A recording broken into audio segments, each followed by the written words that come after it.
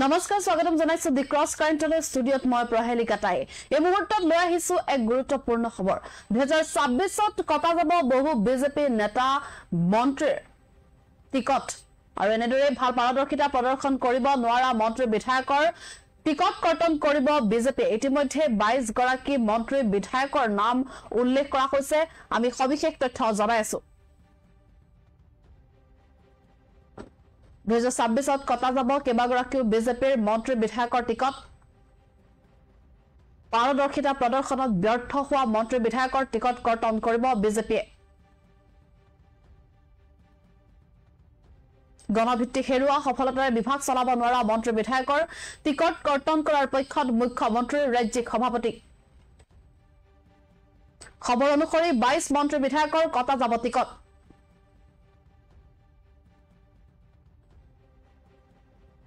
চন্দ্ৰমোহন পাটোৱাৰী প্ৰশান্ত ফুকন যোগেন মোহন নন্দিতা গাৰ্লুছা সুৰেন ফুকনৰ কটা যাব টিকট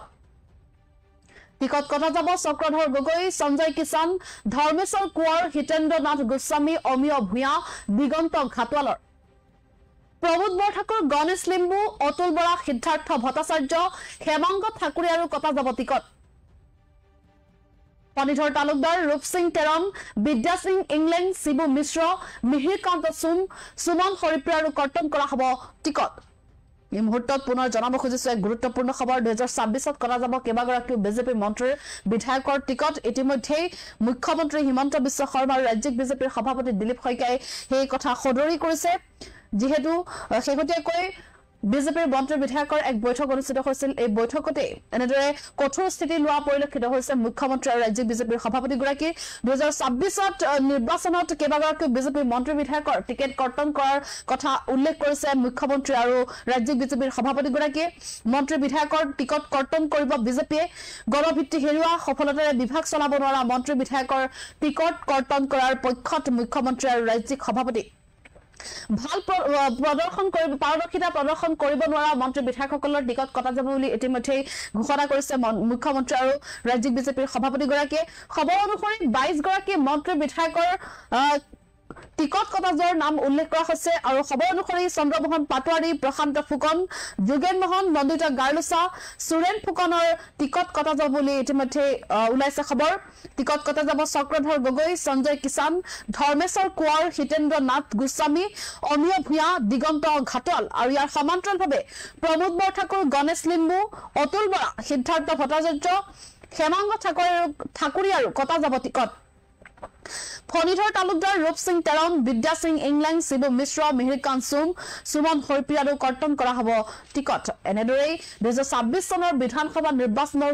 দিন চমু চাপি অহাৰ লগে লগে এবাৰ প্ৰাৰ্থিত্ব কেন্দ্ৰিক হিচাপ নিকাচ আৰম্ভ হৈছে বিজেপিৰ মাজত আৰু এনেদৰেই এক যুদ্ধংদেহী তৎপৰতা চলোৱা পৰিলক্ষিত হৈছে বিজেপিৰ আৰু এনেদৰেই প্ৰাৰ্থিত্ব প্ৰদানৰ ক্ষেত্ৰত এবাৰ সতৰ্কতা অৱলম্বন কৰিবলৈ সাজু হৈছে বিজেপি যাৰ পৰিপ্ৰেক্ষিতত 2026ত কেবাগৰাকীও মন্ত্ৰী বিধায়কৰ টিকেট কটা যাব বুলি খবৰ পোৱা গৈছে পাৰদৰ্শিতা প্ৰদৰ্শনত ব্যৰ্থ হোৱা মন্ত্ৰী বিধায়কৰ টিকট কৰ্তন কৰিব বিজেপিয়ে যিসকলে সফলতাৰে বিভাগ চলাব নোৱাৰে সেই মন্ত্ৰী বিধায়কৰ টিকট কৰ্তন কৰিব মুখ্যমন্ত্ৰী আৰু ৰাজ্যিক সভাপতি দিলীপ শইকীয়াই আৰু ইতিমধ্যে আমি খবৰ প্ৰতিবেদন প্ৰস্তুত কৰিছিল 2026ত কেবাগৰাকীও বিজেপি বিধায়কৰ টিকট কটা যাব বুলি আৰু ইপিনে সেই বৈঠকতে একাংশ মন্ত্ৰী বিধায়কৰ পিএ গ্ৰেপ্তাৰ কৰাৰ সংকাৰ প্ৰদান কৰিছিল মুখ্যমন্ত্ৰীয়ে দালালি কৰা পিএৰ অব্যাহতি দিয়াৰ আহ্বান জনাইছিল মুখ্যমন্ত্ৰী হিমন্ত বিশ্ব শৰ্মাই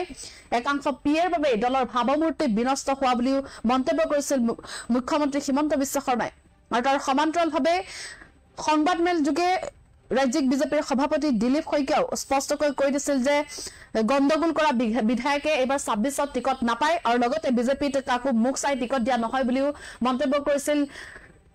সভাপতি দিলীপ শইকীয়াই আৰু এনেদৰে বৰ্তমান 2026ত কটা যাব কেবাগৰাকীও বিজেপি বিধায়ক মন্ত্ৰীৰ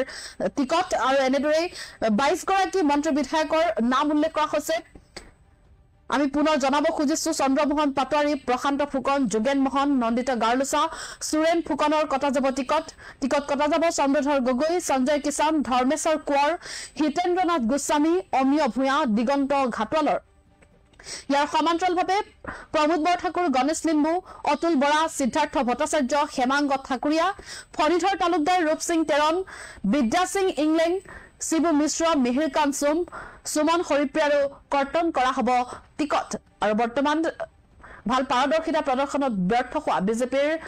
2026 নিৰ্বাচনৰ পূৰ্বে টিকট কৰ্তন হোৱাৰ ইতিমধ্যে খবৰ ওলাইছে। আৰু এনেদৰে প্ৰাৰ্থিত্ব কেন্দ্ৰিক হিচাপ নিকাচ চকলৈ তৎপৰ হৈ পৰিছে